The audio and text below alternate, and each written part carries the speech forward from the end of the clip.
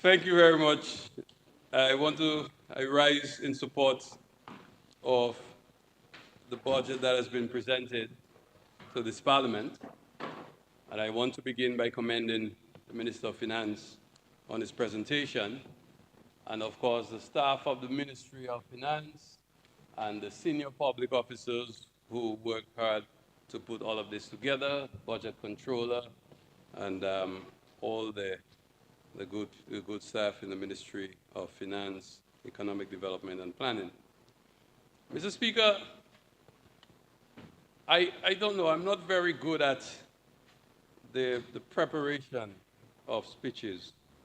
For some reason, I prefer a free flow of ideas because so many things pass through, the mind. And trying to capture them in words sometimes can be a bit of a challenge. And I like to be moved by the spirits. Ah, boy. Yeah.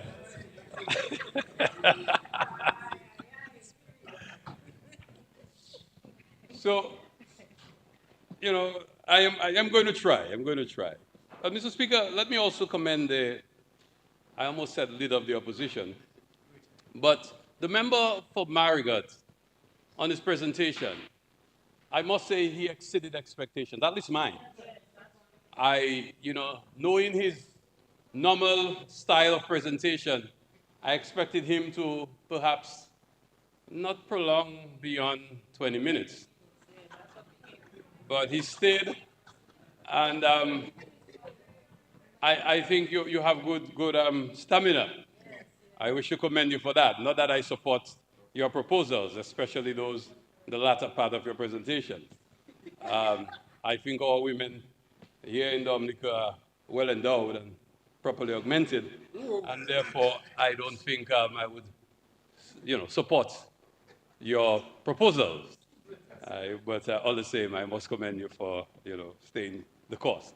But Mr. Speaker, we really meet today, or for this sitting of Parliament, to discuss the national budget at a time when the world is going through some major changes.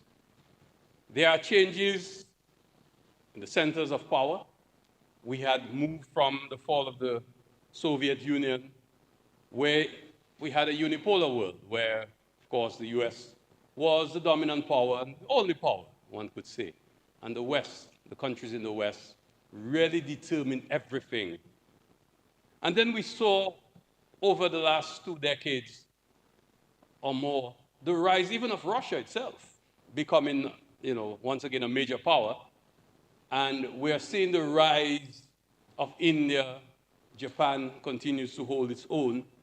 But the most dramatic shift we have seen in the last couple of decades is the rise of China. And a rise in China has sort of brought with it a sort of a multipolar world where countries are now, or at least the centers of power, are shifting. So we have the BRICS in the south. We have Brazil, Russia, India, China, and other countries, even Saudi Arabia, now becoming a major influence in power in the world. So we are seeing a shift. But also one of the things that we're noticing is that countries are now more inward-looking.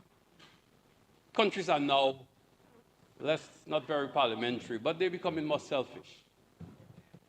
They're more inward-looking. And there is a lurch, a desperate lurch to the right. So what we see now, great anti-immigrant sentiment, lack of concern even for the environment and taking on responsibility for what those countries have done to countries like ours, and I will speak to that a little more in a while.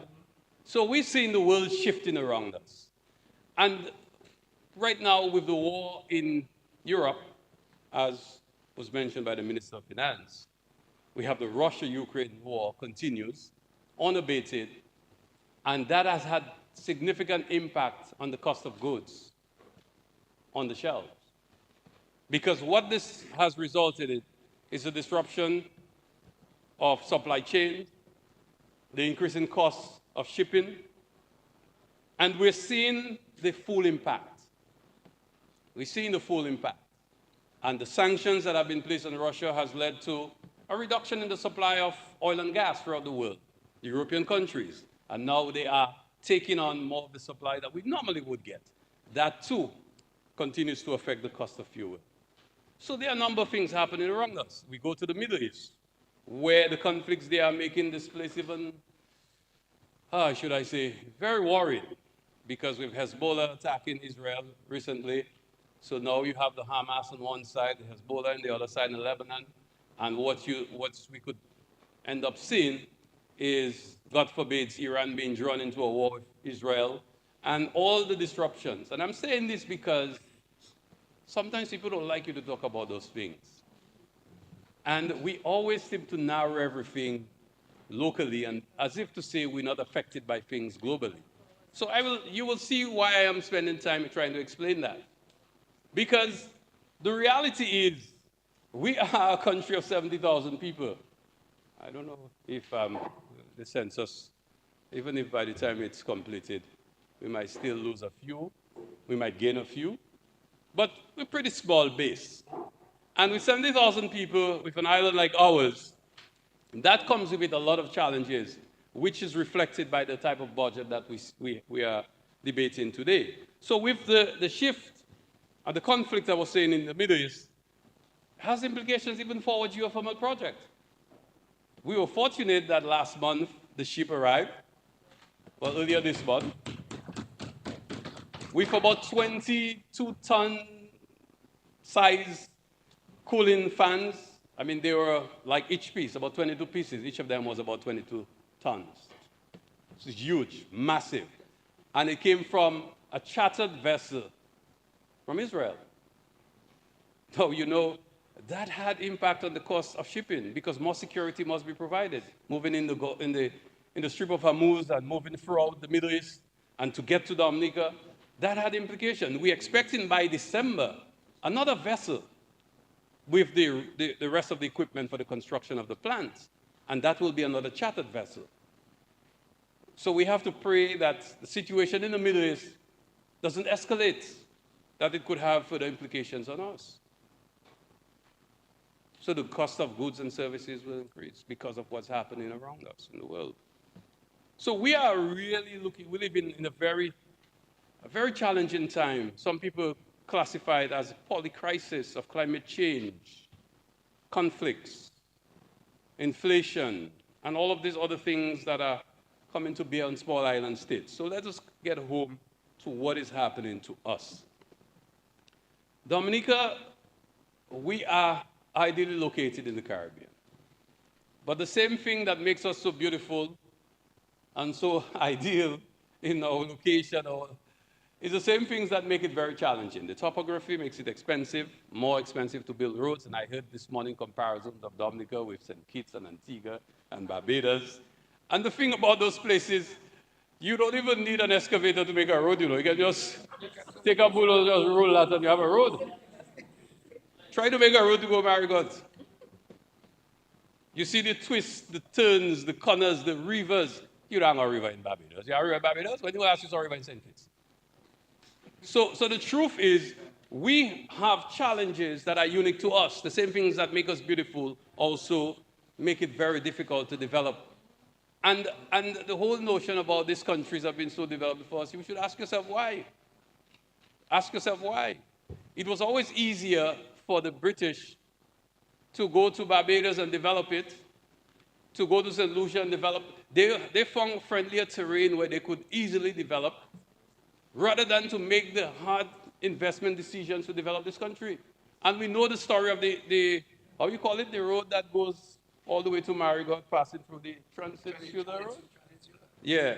You know the story about how that road was built by the Labour Party in the 60s?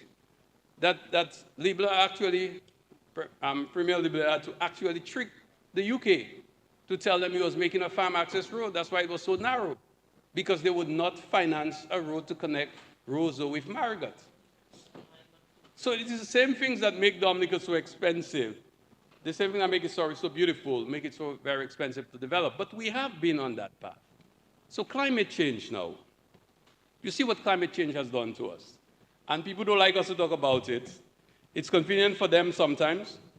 Some of them make a living out of talking about climate change. They get jobs with the UN agencies, they go overseas, they give big speech, and they love it. But they don't want us to talk about climate change. They don't want us to talk about Tropical Storm Erica. They don't want us to talk about Hurricane Maria, as if those things were a figment of our imagination or in some distant past. You never heard us talk about Hurricane David or Aline. That was a different time, a different generation. But I want to tell you, since 1999, the government of Dominica, of course, administrations in succession, have been paying for loans that we contracted to help ourselves to bounce back from Hurricane Lenny. That's the last one I could get in 99. We know the story of Hurricane Lenny. I think it was because it came just before the general election of 2000. And remember, there was a minister of works that said he writes so much LPO, he gets some food. And I don't know how to say that in English. I'm not going to say that. And he also said that... So are you going to withdraw it? Well, you get a little film on his speak. Blisters. You get blisters. Yeah, he got blisters. But I say, out of principle, I'm not translating, I'll withdraw. I think we should speak Creole in the parliament, and unless we do that, I'm not going to translate. I don't translate. So, and I remember he said that there were people that get housing assistance because they're in Campbell because they get sea damage, I think, something of that sort. You know that story? Never heard that? Yeah, anyway, that's a real thing. I don't make it out of. And I wouldn't call the man name. So, you know, we are servicing loans from Hurricane Lenny. And then Omar, people forget, you remember there was Omar.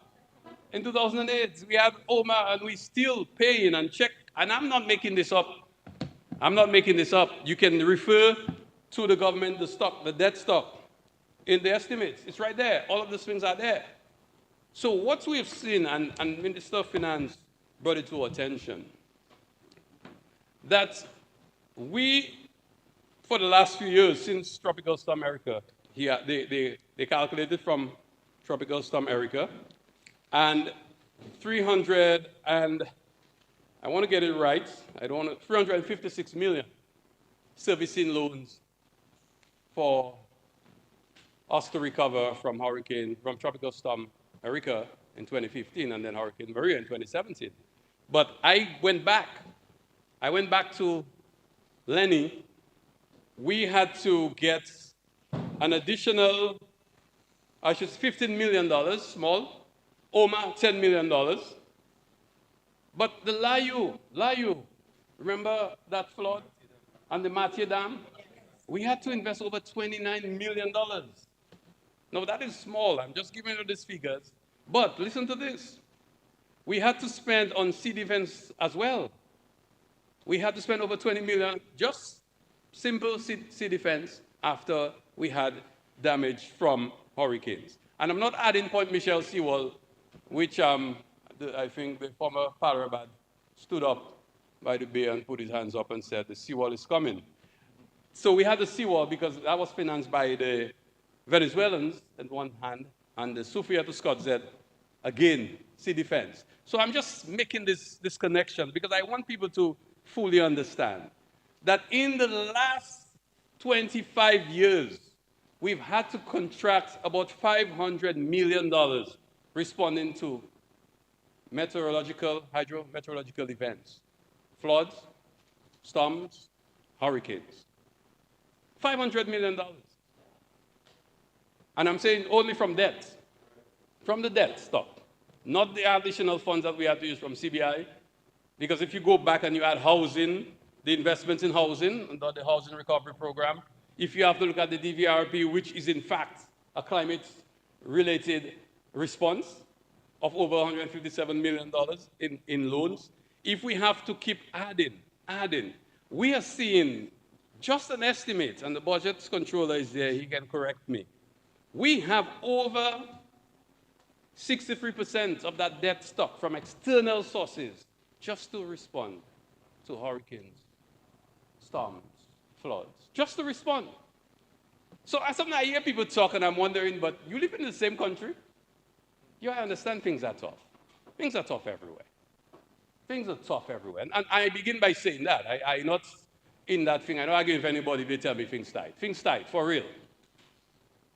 And we talk about, the Minister of Finance spoke about imported inflation. And some of us have to make some personal choices. Why you not taking the stuff in the backyard garden, or you not buying anything by the neighbor instead of going to the supermarket and shop? So that is another conversation. But the truth is, this government, the Labour Party, Roosevelt-Skerrit-led administration, we've had to carry for the last 25 years tremendous responsibilities just to respond from the impact of climate change. And then sometimes people say, oh, you're talking about, what are you talking about? The Prime Minister addressed the nation about climate change, and a fellow tell me, but what did him saying there? And I had to explain to him because he didn't even realize that what is happening to us now with the more ferocious storms and hurricanes and the frequencies is because of the rising temperature. And the reason of the rising temperature, by the way, a few days ago, the world recorded one of the hottest days, and we had 3 of the hottest days, back to back to back, about 17.1 degrees Celsius throughout the world, and by the way, of course, average temperatures. Some places it's winter, so average temperatures. But it was the hottest day on record. And we're seeing this impact coming to us and affecting us in a very practical way. Imagine you had $500 million. Boy, I would fix Makato and Mopo Road. I would cut a road that Fonsi to go right Petit Coulibre. And when I finish, I'm making one big Matutu spark. I bring everybody in Grand Bay there.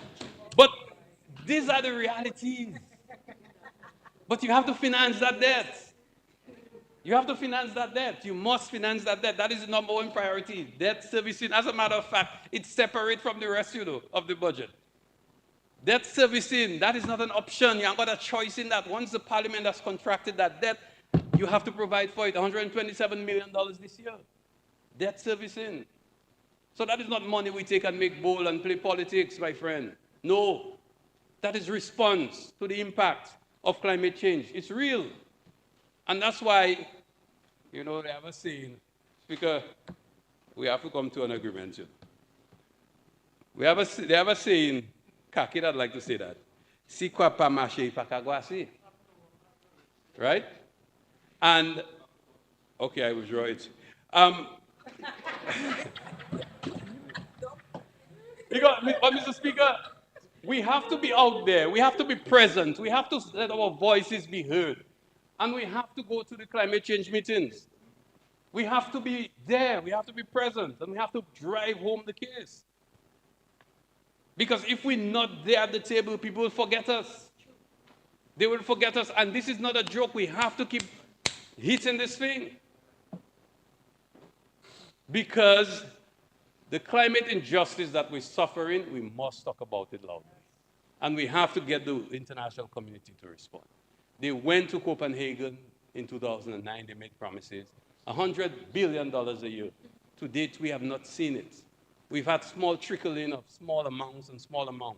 But what we need to make the real impact, we're not accessing that. And that is something that we need to address together as a country, as a people, and to recognize that our government has made Dominica now, has placed Dominica, I should say, in a better place than we were prior to the passage of Hurricane Maria.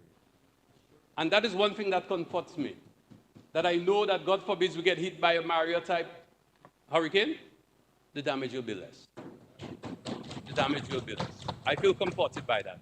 And I can tell you, of course, because if you go around, even in Center Grand Bay, we're building homes, we're building houses for about how many, Minister Parra? Because your people always say I take it more for Grand Bay, because we share it with Dubic. 86 units being built, with a community center, with a church building, with facilities that will provide hurricane shelters as well. We're building the magistrate's court. We have the fire. We have, of course, also the fire service building. So all of these structures, once completed, will create safe places for people.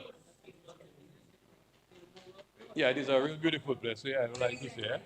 I mean, no, it's pretty out there. It's pretty out there. It's pretty out there. It's pretty out there. Once you see we done and we fix, it's a beautiful place. A beautiful place. So all of this will help to create more resilience. And of course, to add to that, we're going to build a little bit to Grand Bay Road. Because part of the resilience that we need is connections, communication, roadways.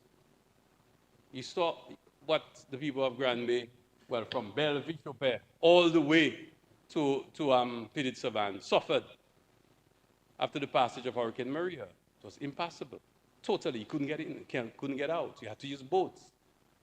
And I also want to commend the Member of Parliament for the Petite Savanne constituency, together with his neighbor from Dalis, the member for the Lapland constituency, for pushing on, unrelenting, to ensure the connection between Petite Savanne and Dalis is complete. Because those of us in Grand Bay, we are concerned about that. And I want to thank the power reps for that. Thanks for pushing on. I'm not going to try to get credit, I was in it. So I want to thank them for that.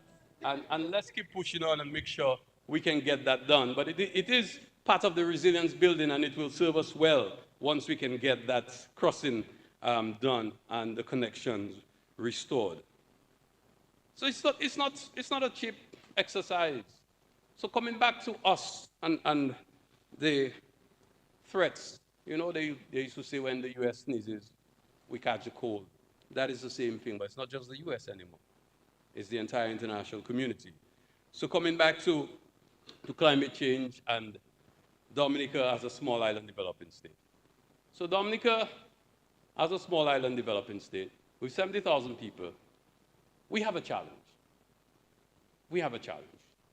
Over the last 20 years, we have expanded the expectations of our people. And I say expanded deliberately. People's expectations are much more. People got used to nice things. And don't fool yourself, I see, Senator, you're young. You're young. You're so young, I can remember when I was teaching. And I know I taught your siblings. You're young. But there was a time things were rough. Things were rough. And look at where we are now. Look at what we have done. Now we have to go further. We have to achieve more for ourselves and our people. But every time we keep pushing on, we're getting hit. So when we make the comparison this morning, member for Marigot, about the other islands, I was there thinking, I said, well, which of these islands were hit like Dominica about in 7 years? Back to back, 96% of GDP loss.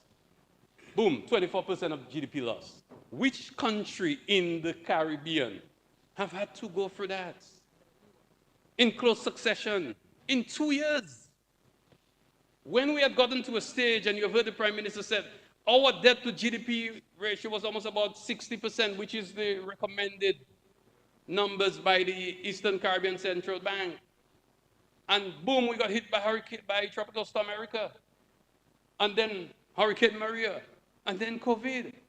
Now we at 89%. And I'm hearing people, trying to beat on us as if to say we take the money and make a Fed.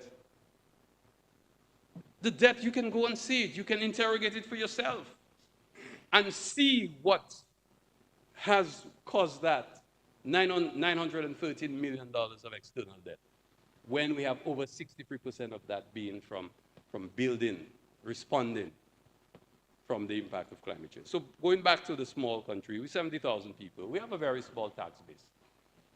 We have a very small tax base, and we have committed, and we have stuck to it.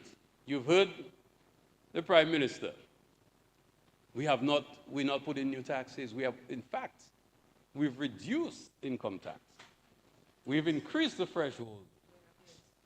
So less Dominicans are paying income tax. Less Dominicans are paying income tax now. And the only tax we really have to collect from everybody is the one on consumption. The VAT, the value added. But guess what? Guess what we've done? We have zero rated so many goods that we can't even really collect as we should on the VAT. And to make matters worse, our system of collection and monitoring and enforcement needs to be improved. Because I am of the philosophy that if you can reduce taxes on people's incomes and catch them when they spend, especially in a graduated system where luxury goods will attract more tax than the ordinary. So that's why we have the zero rated, but perhaps zero may be too low. Because the state has to collect. So what we are confronted with right now is a situation where we have the same amount of people, well, maybe less, very small tax base. We've not increased the taxes of them. We have expanded the expectations. We have expanded the size of the states because we're creating jobs for our very people and offering services to our very people. And I have said to the Minister of Health, I am sure if you go back 50 years ago, when the life expectancy of an average Dominican was about 50 years, 55 years. Remember when you were growing up? You remember the man down the road there at 55 was an old man? But just like 55, right? And look at me now. You know, I mean, the truth is, life expectancy has moved to about 70. How we are now? 70 how much? We're about, almost 78. Right? COVID messed the thing up and so on. Some things distorted it.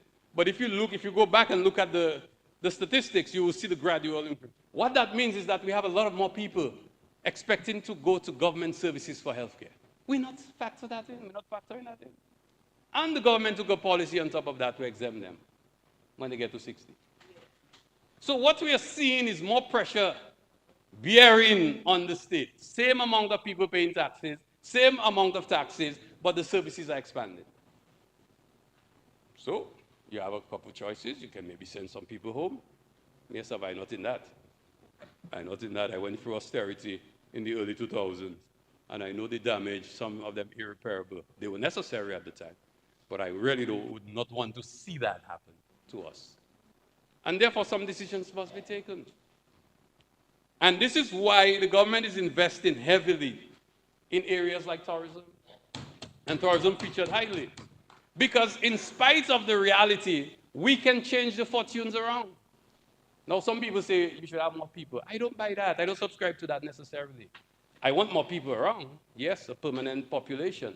But what we seem to forget is that the same neighbors we talk about, one of the things that's different between us and them as well is the fact that on a daily basis, there are more people on the island than we do. That may not be the permanent population. The amount of tourists that visit places like Barbados, St. Kitts, Antigua, St. Martin, that is what drives consumption. Because when it drives consumption, it's not driving the demand for goods and services. In other words, people come to your place to visit, they spend more per person, and they don't depend on your healthcare services. They don't care on your schools. They don't have to go to your school for teacher to print more paper. Boy, they always tell me they want more. Anyway, but the demands are less.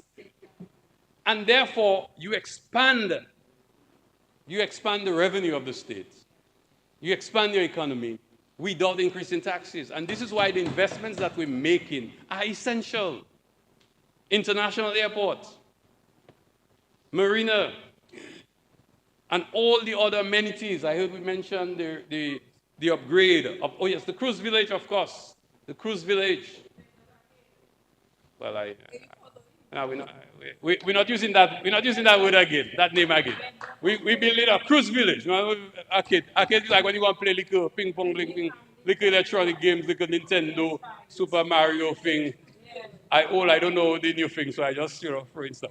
But the truth is, we are expanding the tourism sector so that you can have more revenue. People can come into Dominica and spend. And then we can drive up, because one of the challenges, for example, we had with water, what the successive hurricanes have done to our water supply, and the investments we were forced to make and still making. And on the other hand, we're not expanding the amount of consumers. So we must increase the thing. Because the cost continues to escalate, and the revenue is not moving. And this is why, with an expanded tourism sector, we can increase consumption as well. And the same goes to electricity. Boy, my partner tell me, give me more money for geothermal. But one day I'll tell you a secret, because you're not alone. But the truth is, you want me to reach Marigot. My brother, how are you reaching Marigot? No, man, if I don't have more money. They don't make that technology yet, You can take cell phone signal and move it from tower to tower, but you can't move electricity from tower to tower wirelessly. You must run wire. So look at this. We are building a 10 megawatt power plant. And Dominica's consumption, say, 18 is our peak. 18 megawatts. 18 megawatts is a small system, a very, very small system. In our neighboring islands that you mentioned again, and you mentioned them, so I'm going to use one, St. Lucia, for example. Their demand is like 70, and ours is 18. So we now need to expand. We need to expand in terms of power, because if we are building a 20 megawatt power plant, we would get the final consumer would pay less per kilowatt hour. But it costs almost the same thing to build 10 megawatts as 20 megawatts, and therefore we cannot get the full benefit. But it is an essential investment. It is an investment that can help now to create more opportunities. And we're connected now with tourism and ports because we are looking at the development of shore power. I like to explain. I'll always tell you, don't look so worried. I'll explain to you, brother. I'll explain to you. Don't say, Mr. just saying thing and you don't know what that is. Shore power is simple. When the ships get to the port, there is a regulation from the International Maritime Organization, the IMO, that they have to shut down their engines and take power from the shore. Fellas like to get nice words for things. They call it shore power. So that's what it is. Not S-U-R-E, It's S-H-O-R-E, shore power. So you connect, and what we're hoping to do, like Iceland has taught us, and we had a recent visit to the Reykjavik geothermal, and to see how they are moving with shore power. And they are now expanding. They're providing 5 megawatts of power to ships, just to the port, for ships that come to port. And they are now developing another 10 megawatt facility that will be dedicated to ships. So that is something that we hope we can do together with the Ministry of Tourism and ports so that we can further expand the benefits from tourism and, of course, from shipping generally as the international regulations kick in. And that is something we're excited about. It means that we can sell power expensive to them and cheap to you. And that's why I'm after this. I am not after this because I'm trying to save the environment, by the way. Sorry to tell you, bad news.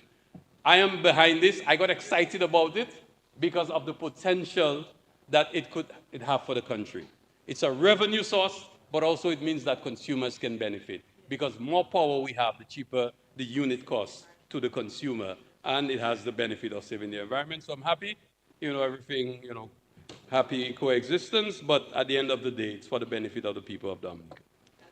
So this is, we have to understand this. And sometimes I think we get beating ourselves. And I know some people don't like me to say that. And people from all complexions. But I think sometimes we spend too much time babbling with each other. Sorry, quarreling, is that the right word? But as I said, I will draw in instead. I'm not translating. So we spend a lot of time having quarrels with each other. Squabbles, they say. That's a nice English word. That's a nice English word. I like that. That's why I say Belmo.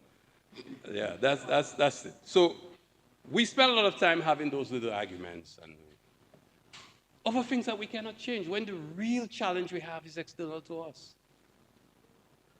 And we can only deal with the external challenges if we come together as a people and have conversations, discussions, engagements, as we had last week in the Valley and throughout Dominica in preparation for the construction of our transmission line.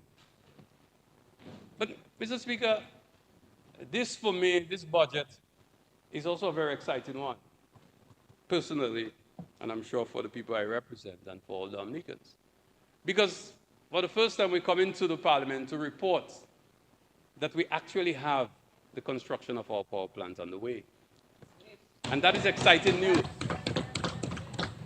Because as I said to somebody recently, if you bring in 22-ton, 60 feet long devices, you're not going back, eh? You're not going back. You know? So once we have gotten to that stage of that project, I feel very comforted by the fact that this is really happening. Now, anything can happen. I'm not God. I cannot speak with certainty. But I can say to the House that things are moving in the right direction for the construction of our 10-megawatt geothermal power plant in Loda. So that is good news. So we also, on July 18th, we informed an Indian company. I don't like to say the name because I don't like to say people's name wrong. And I don't feel like watching my notes. So there's an Indian company that tendered on that project, that won the tender. And we will be awarding the contract to them by August of this year, once the World Bank agrees to the submissions that we have made. And I hope they don't send back for more clarification. But we will be signing a contract for the construction of our transmission lines from the Rosa Valley to Fokole. And that is also great news, because you remember a few months ago, we came to the Parliament to approve the contract for the loan for that project. And we are very happy to report to the Parliament as well that the Parliament approved $38.5 million US, and the lower bidder came at $38.9 million. So we're only $400,000 US short. When I say short, we have also secured those funds. And thanks to Minister of the Environment, member for the Salibia constituency, that he went to enough of those climate change meetings that he was able to get the Global Environment Facility to agree that the $8 million that we applied for, $4 million will go to geothermal, and the other $4 will go to some other projects. So we're very happy about that, and we're looking forward to the construction of the transmission system. We've also, earlier this year, as I informed the Parliament, we signed the agreement for the construction of our battery energy. 23 more minutes. Thank you, Mr. Speaker. And as I said, I'm trying to be a Boy Scout again, and I will try to fit in within the time given. So, Mr. Speaker, that project will, as I said, and I think it's important to repeat, sorry, you have to hear it again, but there's somebody who might be following us on the radio or wherever, and they may not have known this. So we're building a 6-megawatt hour battery storage system in Fokole to be integrated into Dominica system. What this will do is that it will allow us, or allow Dominica to shut down some of its diesel generators, and this will become the backup power that they need. The way the system works is that Dominica is required to have one generator spinning, even if it's not providing power. So in the event that any of the other generators on the network goes down, this one will kick in quickly. It is something that they call spinning reserves, but it has to work all the time, 24/7. So which means that it is consuming diesel all the time that we are paying for, but we're not using, but it is there as a guarantee for us. So it is part of the cost of electricity. Once we shut it down, it means that we won't be consuming diesel without making use of the power. And we hope that it will have a very small impact on the tariff, but we would expect that to be passed on to the consumers. That is being financed by the United Arab Emirates. I know every time people hear that, people don't even know where that is, but they know where Dubai is. So, and Abu Dhabi, their capital is Abu Dhabi. So the United Arab Emirates gave us a grant some years ago, $5 million US, and that is where the financing for that will be coming from. Mr. Speaker, I want to move on to some other things that I think that are worth mentioning. And I am moving all over the place, but I hope at least I will not lose the audience because I really want to convey a message. And the chief message is that we have to accept the reality of the world as it is first, and then do something about it to make our lot better. And that is the theme. That is the theme.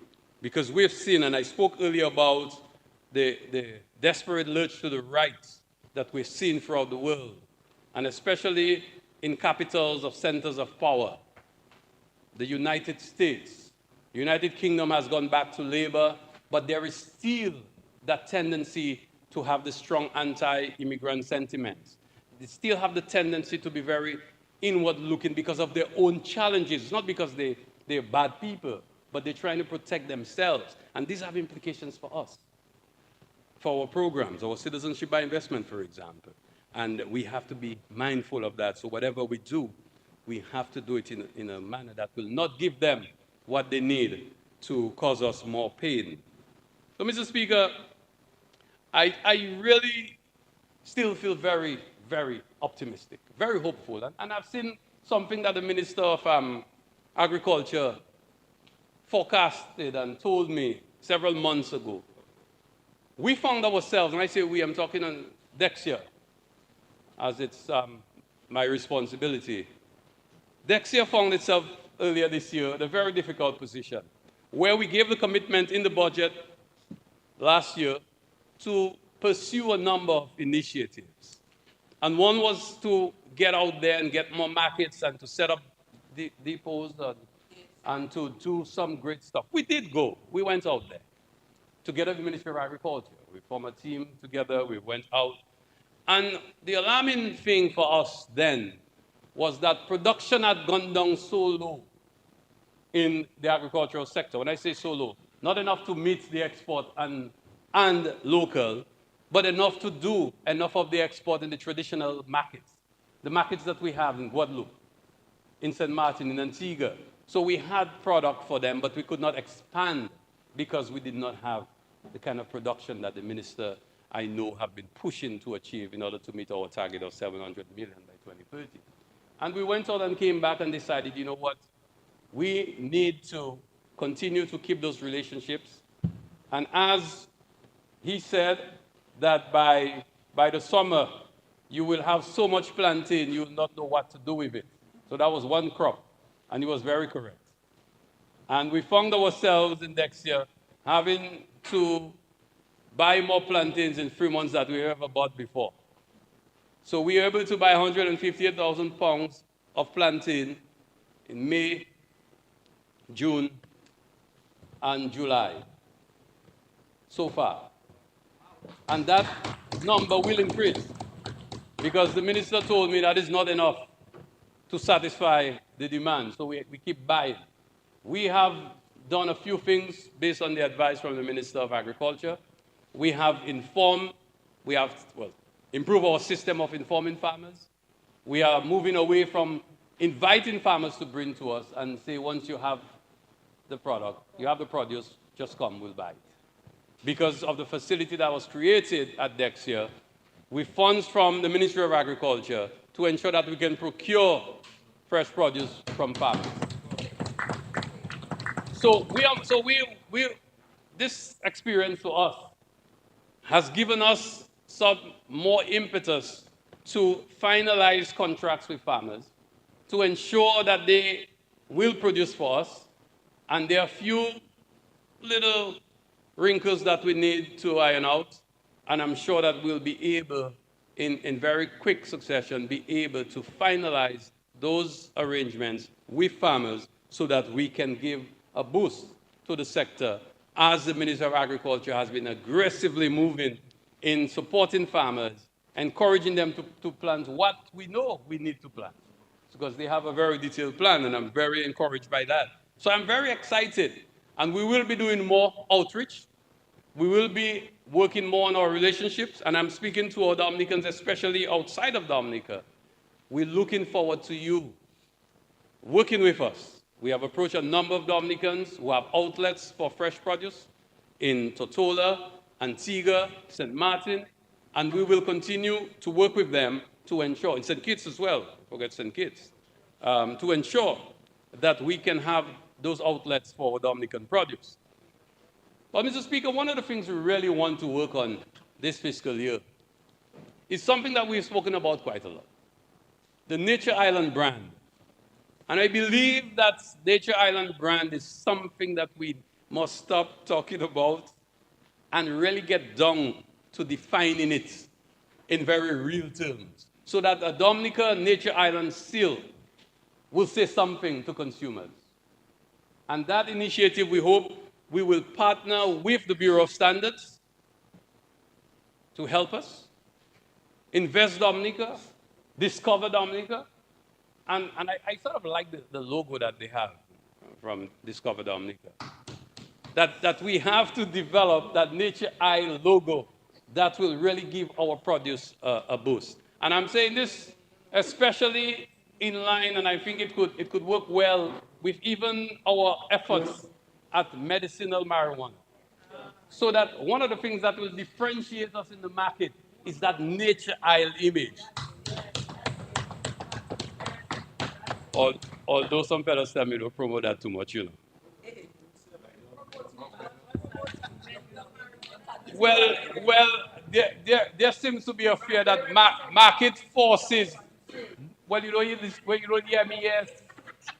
What we're concerned about is that market forces may drive down the price. So I may not be too enthusiastic. So forgive me if I'm not, because I'm protecting my investors. My investors. You know. So we are hoping that a Nature Isle brand will be able to give us that additional push. And I heard the member, he's a farmer, so I respect him. Myself never planted anything in my life, so I don't know about that. But I think I will listen to him in a lot of things about agriculture. But I also believe that this whole notion about organic, I don't really buy that. I think I learned something from a gentleman I visited his farm yesterday. He told me what we should strive to do is as close to natural as possible. Because organic may be deceitful and deceptive. Because we may not truly be able to achieve 100% organic. That's right. So we need to start positioning ourselves, that nature, Eden garden thing, you know, that kind of concept as close to nature as possible. And we should use that as part of our Nature Island brand so that even when we start producing medicinal marijuana, we can have that edge because a lot of people are ahead. And trust me, the Western world, the North Americans, the Europeans, all the time they were suppressing the weed, they were developing the industry in their countries. They were doing the research, they were doing the science, they had everything done, you know, to the last detail. And we might find ourselves the same way bananas are on the international market, that we might not be able to compete because of the price points. Because a guy can produce more weed than you know, in places where it's very cold, you know, more than we can in a place where it's always nice because of the science, because of the advantages that they have over having been ahead of us, plus the research that will need to be done. It is something that we need to watch. But, Mr. Speaker, I want to come down to something that, again, as Minister of Foreign Affairs, I want to express gratitude to the government of China, the People's Republic of China, for the generosity over the years. But more so, I want to single them out, because when I spoke earlier about countries that are more inward-looking and countries that are moving to the right and climate justice, China still, even if it is categorized as a developing country with tremendous wealth, but still second largest economy in the world, but it's still a developing country in the sense that all its people are not at the level that they would like to be. And therefore, they're still able to extend the hand of friendship to us and we have to always be grateful. They always show up for us. After the passage of hurricane, they show up for us, and now they're building 6 new schools throughout Dominica. And I'm very excited to see the progress on the Goodwill Secondary School. Very excited. And I remember last year when I visited China, and as I say, we were able, withdrawn. If we were able to convince the Chinese government that we need these schools as soon as possible. And the other challenge we had, Mr. Speaker, was that we wanted to do multiple schools at the same time. And they were insisting that they could only be done successively, one school at a time. And today, and the PS of Education is there. Minister, I know you visited every construction site so far. I want to commend you on that. We are rolling with all 6 schools, and I want to thank the minister and her staff for helping us in Tetmon. We were able to procure the land, and Minister of Lands, thank you very much. We had to rent additional space. We had to get access to additional lands, and today we have cleared the site, and work really, one can say, will commence in earnest in the coming days, because the minister visited us last week. So I want to thank the Chinese government. So the people of Tetmon, they're going to have a lovely school. And what I remember in one of the consultations we had with the community, there was a debate as to whether the school should go up where the old one was, or whether it should go down in the village. And one lady said, "Depuis passer one place là, ou passer faire l'école là." So You would like to interpret? That's how it is. That's I the must say rule. that one in English because you will not get it. Yes. So what she was arguing is that the new school going to have a road going wrongly, and that's going to look like overseas, wrongly. And the other school, because of the location, we cannot go wrongly, so the Pakafer Lekola. And that was the argument the community had, because they had a debate as to whether the school should go up or should go in the village. So I think the lady who said it have to pass around, she won. So the school is being built in the middle of the village. But, Mr. Speaker, the community has been very, very patient, and Ms. John Phillip and her staff, they have been excellent. They have never complained. They've had to use a resource center since the destruction of their school, and they have no complaints. They have made it work. The community have supported them, and they've made it work. 8 more minutes. That's okay. I can manage. Stress. And one of the things that we will be doing for them, is that there is a hard court right outside the resource center. We will be fencing it and upgrading it and ensuring that the community can have better use of it. And I know the Minister of Sport, she normally gives us light, so I know she will give us light. So that is the next step for that facility, and we're looking forward to that. I also want to take the opportunity. I want to take the opportunity. I will not sit without commending of course, Kavim Hodge. I don't want people to say that I'm so parochial in my views. So I thank him, and that's called the century first, recognizing him, Kavim Hodge, for his century in the test match. But also to recognize that Alec Affen has opened the door, and we will celebrate him. And his score of 82 is something that was well done, and we have to commend him for that. But I'm waiting. But if you reach 82, it's easier to get to 100. It's not 81, you get to 100. Anyway, so we are looking forward to completing the Geneva playing field. And I hope that something will be done there in his honor. Because that is where he started. That is where he started. And I want to take the opportunity to extend condolences to the family and friends of Rafa. Rafa was his coach, who passed away several weeks ago, and worked hard to get these youngsters to play, and the Geneva playing field now is back in use. We hosted, the win was under 19 cricket. We are now hosting the DCA tournament. I don't know how they call that, but anyway, they're playing cricket there. I made sure they have what they needed. They told me the last thing they need rope. I go and get rope for them, for the boundary.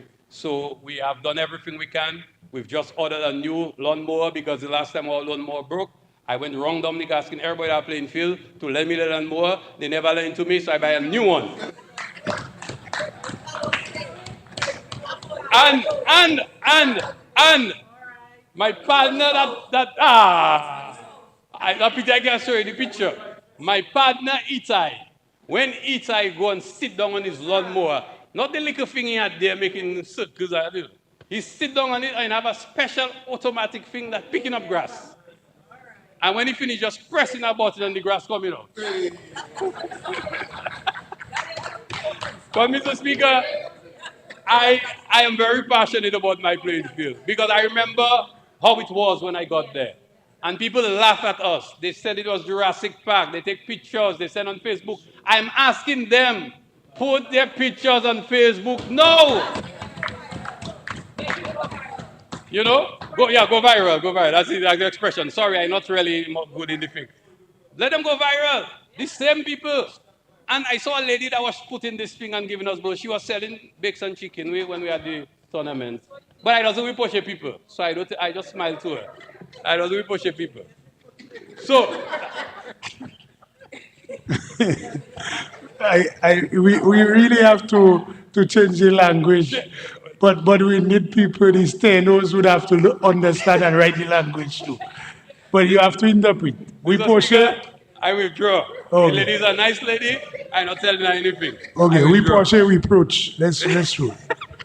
But Mr. Speaker, so we're doing well, and I want to thank Armour Thomas, Teacher Willie, my partner Itai, Jeremy Isaac, they call Shadow, my good partners. That's my reliable crew. They volunteer on a Saturday. They used to push. All I had to do was give them a little broth and a little thing, and we good. We do our work. We repair the washrooms. We do a lot of stuff. We are now going to construct a new washroom. We'll help ourselves, Minister, but we'll welcome your assistance. We are also looking at setting up our own stands. But so far, the Ministry of Sports, I think they are short of 2 stands from the stadium. I hear they're looking for them. But, Mr. Speaker, we will continue to provide an excellent facility that can promote especially cricket throughout the country so that it can be utilized. Another point that I want to raise and to thank some of the volunteers. The farmers in Makata and Mopo. There's a gentleman, boy, Mr. used to give me talk here, boy. He came to me in Mopo. His farm is in Mopo. And he said to me that, boy, Minister, the only thing I need is for us you to give us materials, we'll fix the road.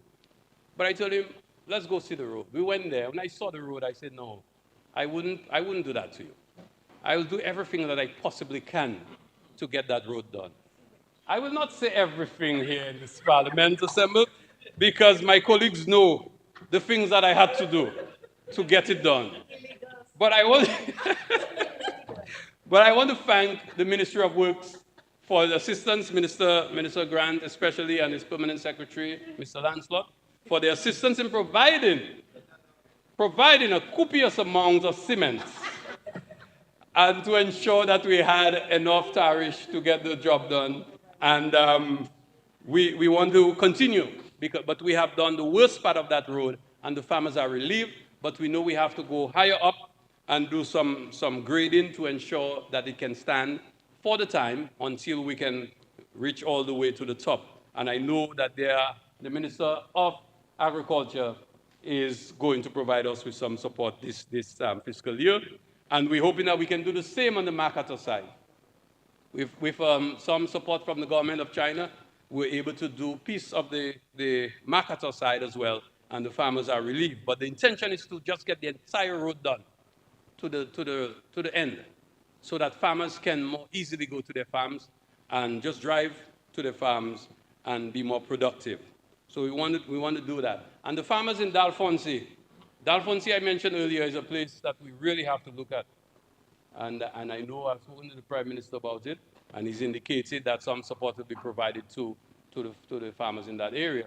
But I believe that this could be a possible connection to the south of the island moving all the way to Petit Coulibaly at the back to ensure that we can make that loop, again, part of our resilience building effort, and opening more land for more production of agriculture and also with potential for tourism. So, Mr. Speaker, I want to end as I started, and to really take the opportunity 2 more minutes.